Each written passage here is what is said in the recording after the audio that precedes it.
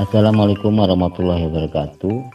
Aturan wilujeng enjing, wilujeng siang, wilujeng wengi kami sadayana udang ayeuna nuju adangukeun pribados Mang Tedi baris midangkeun baris nyanggakeun baris nyandak hiji dongeng Sunda dina judulna Bayawati Malaspati. Lembur restik narik ati hegar mantak bararetah kawantu hade piara najan di pasisian bisa ngabebenahna. Tayelian iwa lembur kandang besi anu kiwari katelahna bung bulang anu aya di pakidulan.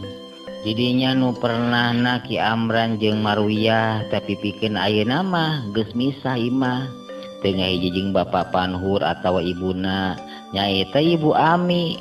Harita Amran jeung Marwiyah keur meujeuhna kagunturan madu kaurugan menyan bodas. Pada menang kabungah nu lain di kieuna kaayaan Marwiyah keur kakandungan turun geus bulan alaeun kari ngadanggo dago dauh. Berang jeung peuting Amran teu weleh nanada kanu kawasa sangga di mana parang jabang bayi lahir sing aya dina ginanjar karahayuan berkah salamet kalayan nanada mugia diparengkeun boga anak anu soleh nu babakti ka indung bapa kalayan taat ka Allah berguna keur masyarakatna. Poeta dina poe Jumaah pisan Amran keur paduduan ngobrol jeung Marwiyah nu dicaritakeun iwal kabungah nu bakal datang di mana geus lahir si Utung si jabang bayi si Utun Inji geulis mun awewe kasepun lalaki kitu ceuk omongan Amran katut Marwiyah. Bubuhan biasana nu kakarek boga anak masok agul sanajan kakara kakandungan oge torojol Mama Panhur kadua jeung nu encan hiji lalaki nu katempona tengah tuhu papakean hideung semu kolot di tetopong batik nu geus semu doel.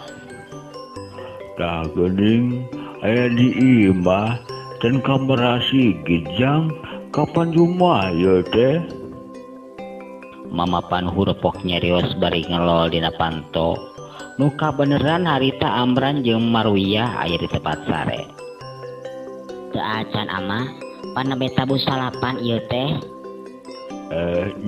Nya isu keneh rarasan ama mah geus beurang.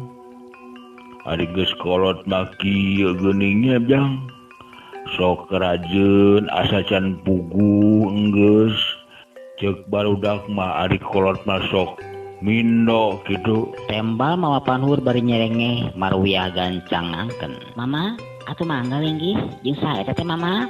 Ieu jeung tamu anyar pinanggi tangtu hidup ge moal warawuh. Yap ka dieu jang. Saur Mama Panhur ka eta lalaki nyebut lagi Ujang. Da emang sandapeun Mama Panhur. Semah gek diuk dina kursi gigir Mama Panhur. Sarta eta semah teh bangun sagala kaget dumeh sagala direretan sagala ditingali sagala ditempo. Saha ieu teh Mama? Mangga atuh nepangkeun ieu pun Amran. Ceuk Amran bari ngasongkeun leungeun kaki semah. Sami-sami Den, nami Amang Ibro sun. Oh Mang Ibro, Di mana atuh kawit teh? Nembe pisan tepang salasem kuring geuning. Mang teh di Haur Sindu Ki Batok, non? Oh di Haur Sindu. Tembal Amran bari terkenal kalembur Haur Sindu. Marwiyah pipilueun naros. Dupi sasarangan sarang Mama teh. Nah, kumaha kitu Mama? Kieu nyai kitu di Amran pangna Mang Ibro dibawa ka dieu teh.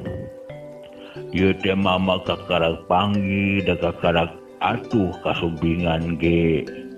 Ari maksudna milari pada melan saurna mah nya kumaha diterima da sanyana mama ge butuh ibaturun teh sabab rajin nyabut ka sawah atawa ka huma meureun ari aya batur mah geunah aya nu mantu-mantu ngancek ibuna jeung mina bieu di imah cenah kieu we bantu-bantu si Nyai sabab dereh ngajuru kitu ulah rek sagala kusorangan teuing pan si Ujang mah jang amran sok rajin indit dan cenah usaha keluar da cenah si Mang Ibro ge bisa sagala, bisa nyeze, bisa masak, bisa babat rumput, bukan mah sagala main mah bisa gitu Jang. Neng kumah ya kira-kira 1 juta Neng jeung Amran